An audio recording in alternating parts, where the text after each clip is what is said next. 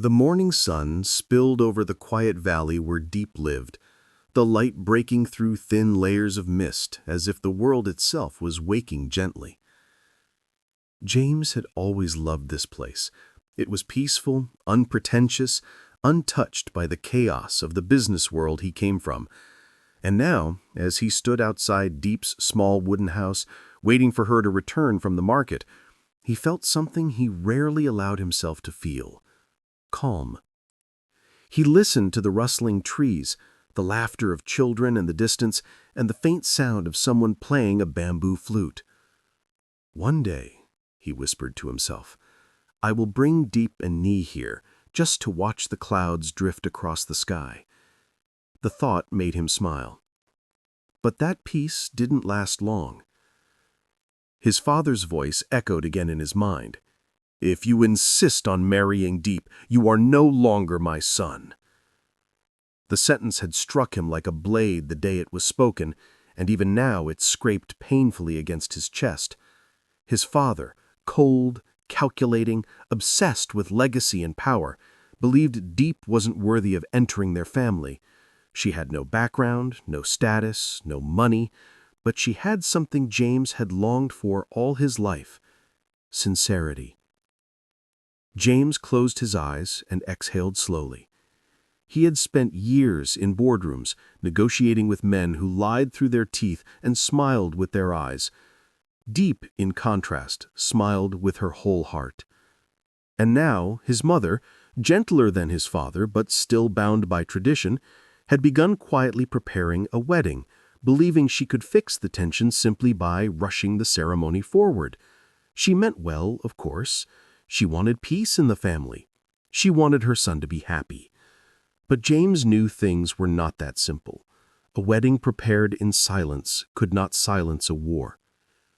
He glanced at the locked door of Diep's home and whispered into the stillness, "If only my heart were as simple as everyone thinks." Because the truth was painful. He was torn between loyalty and love, between the family that raised him and the woman who taught him how to breathe, between the expectations he had lived under for years and the future he wanted to create with his own hands. And yet, he looked toward the road where Diep would return carrying her baskets of fresh vegetables. "No matter what happens, I will choose her." The wind brushed gently across his face, as if agreeing with him. Far away, wedding preparations had already begun, but inside James's chest, another preparation was unfolding. A quiet rebellion, a promise to protect Diep at any cost, and a hidden fear he refused to admit, even to himself. Would love be enough to mend what was already breaking? Diep finally appeared at the end of the dirt path, balancing two baskets filled with fresh beans and greens she had harvested that morning. Her sleeves were rolled up, her cheeks slightly flushed from the sun, and strands of hair clung softly to her forehead. She looked tired, but she also looked like home. When she saw James waiting on the wooden bench beside her door, her face lit up instantly. "That smile," he thought.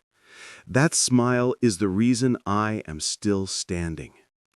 "James," she laughed softly, setting the baskets down, "why didn't you wait inside? The door was locked.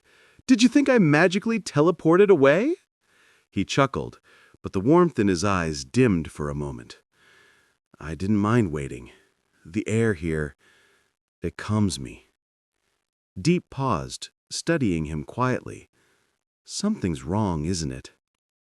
He wanted to say no. He wanted to say everything is fine, because that was easier. But Diep had always been able to see through him. Even when he tried to hide behind silence, she heard the things he wasn't saying. "My mother," he began slowly. "She started preparing our wedding. She already talked to a tailor. She wants us to go try outfits soon." Diep's eyes widened, then softened with a kind of shy happiness. "Really? Already?" James nodded, but his expression wasn't of joy. That alone made Diep anxious. "But your father," she whispered. There it was, the fear neither of them could escape. His father's anger had become a shadow following every step they took. James looked away. The memory of his father slamming his hand on the desk still burned behind his eyes. "Marry Diep, and you are no longer my child." "He won't accept us," James said quietly, "and I don't know how much more damage this will cause." Diep sat beside him, the bench creaking under their weight, and gently reached for his hand. Her touch was warm, simple, steady, exactly what he needed. "I don't need a grand wedding," she whispered. "I don't need fancy dresses or big celebrations. I just need you. If your parents are willing to accept us, I'm grateful. If they're not, I still choose you." Her words hit him with a force stronger than any business negotiation he had ever faced. For a moment, he felt his throat tighten.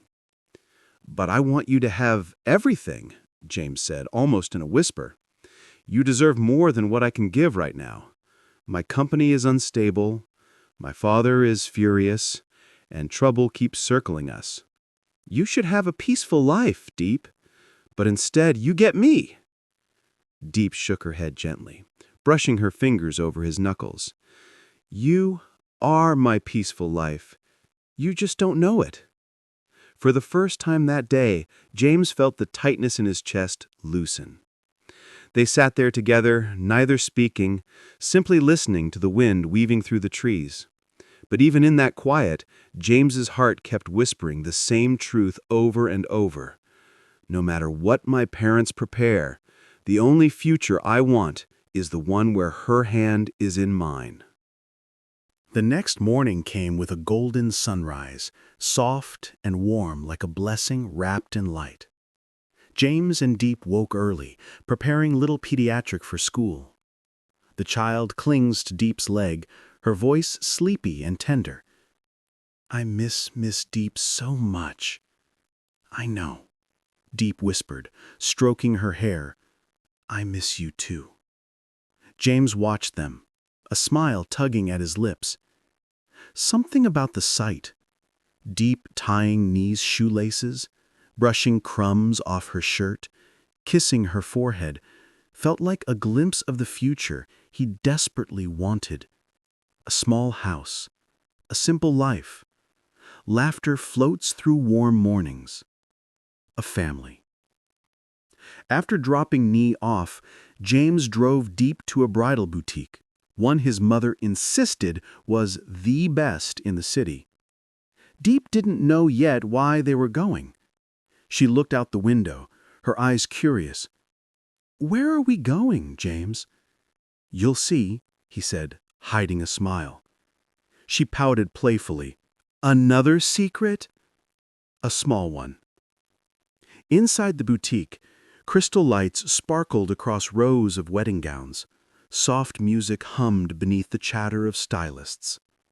Diep froze in place, stunned. "James," she whispered, her breath catching. This place is too beautiful." And she looked almost afraid to take another step. The staff greeted them warmly and guided Diep towards the makeup chair. James stepped back, watching as a stylist gently curled her hair, brushed soft blush on her cheeks, and tied a delicate ribbon at the back of her head. He had seen Diep every day. Mud on her clothes, sweat on her forehead, hands smelling faintly of vegetables she harvested. To him, she was always beautiful. But here, in this moment, she glowed. When she stepped out in the first gown, a gentle white dress that flowed like water, James lost his breath for a full second. "Are you beautiful?" Diep asked, her voice shy. He swallowed. "You're radiant." Her cheeks warmed pink. She twirled slightly, and the dress shimmered. As Diep tried on different gowns, James felt his heart whisper the truth he always hid. "This woman is the one I want to walk beside for the rest of my life." But with each gown she tried on, a tight knot formed in his chest. His father's words echoed again and again. "Marry her, and you are no longer my son." The thought of losing his father, the man who raised him, taught him, shaped him, felt like a knife twisting slowly. But the idea of losing Diep? That was unbearable. Later, when Diep changed out of the gown and returned to him, glowing with happiness and gratitude, she whispered, "I never thought I would be able to wear a wedding dress, be loved like that by someone like you." James didn't speak. He simply pulled her close, holding her against the fear in his chest. Because while his father's objections weighed heavily on him, his heart kept speaking a louder truth. "I will fight for her, even if the price is everything I once belonged to." And deep inside, he began to realize something he had never dared to admit. His life would break without her. His future would crumble without her. She was not a choice. She was the answer. The car ride home was quiet. Not because the joy had faded, but because something deeper was settling between them. Diep leaned her head slightly on James's shoulder as the city lights shimmered outside the window. Her voice came soft, almost hesitant. "James, what if your father doesn't agree?" He gripped the steering wheel a little tighter. She wasn't asking out of fear for herself. James knew that. She was afraid for him. Afraid that by loving her, he would lose the family who had shaped his life. He didn't answer yet. Instead, he parked the car by the lake, the one where they often sat during the hardest days, and turned toward her. The wind carried the scent of wet earth and faint jasmine from somewhere nearby. "Diep," he whispered, "do you know what I felt when I saw you in that wedding dress today?" She looked up, eyes wide, waiting. "I feel like the world finally makes sense." Her lips parted, trembling slightly. "But yes, my father is angry. He doesn't want us to marry. And it hurts more than I thought it would." Diep's eyes softened with worry. "I don't want you to lose your family because of me." James shook his head gently, cupping her face. "No, you didn't take anything from me. You gave me something I was missing. Something my father never understood." He breathed out slowly. "You gave me peace, a home, a future I actually want." A tear slipped down Diep's cheek, quiet, fragile. She whispered, "I only have empty hands. I only know how to pick gourds and vegetables. I never thought I was worthy of such great love." James pulled her into his arms before she could say anything else. "You are the only woman I have ever been certain about. You are the only future I want. You are the only one my heart will choose again and again." She clung to him, burying her face in his chest. For a moment, the world outside disappeared. The lake, the wind, the fear, the judgment, all fading into silence. Then he said the words he had carried inside him for months. "Even if my father refuses, even if he says I am no longer his child, I still choose you." Diep's breath caught. "And when he realizes that loving you makes me stronger, not weaker, he will understand." She pulled back to look at him, her eyes shining. "Do you believe that?" "I don't just believe. I feel it here." He placed her hand over his heart. "Every time I look at you." They sat there, in the warmth of their shared heartbeat, wrapped in a silence more intimate than words. Eventually Diep whispered, smiling through her tears, "I will wait, no matter how long it takes. Just trust me." James lifted her hand and kissed it gently.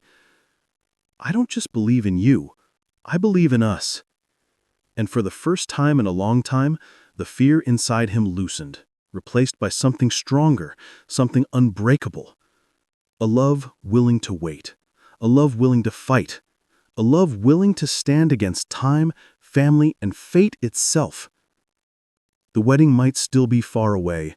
His father's heart might still be closed. But James finally understood what his own heart had been saying all along.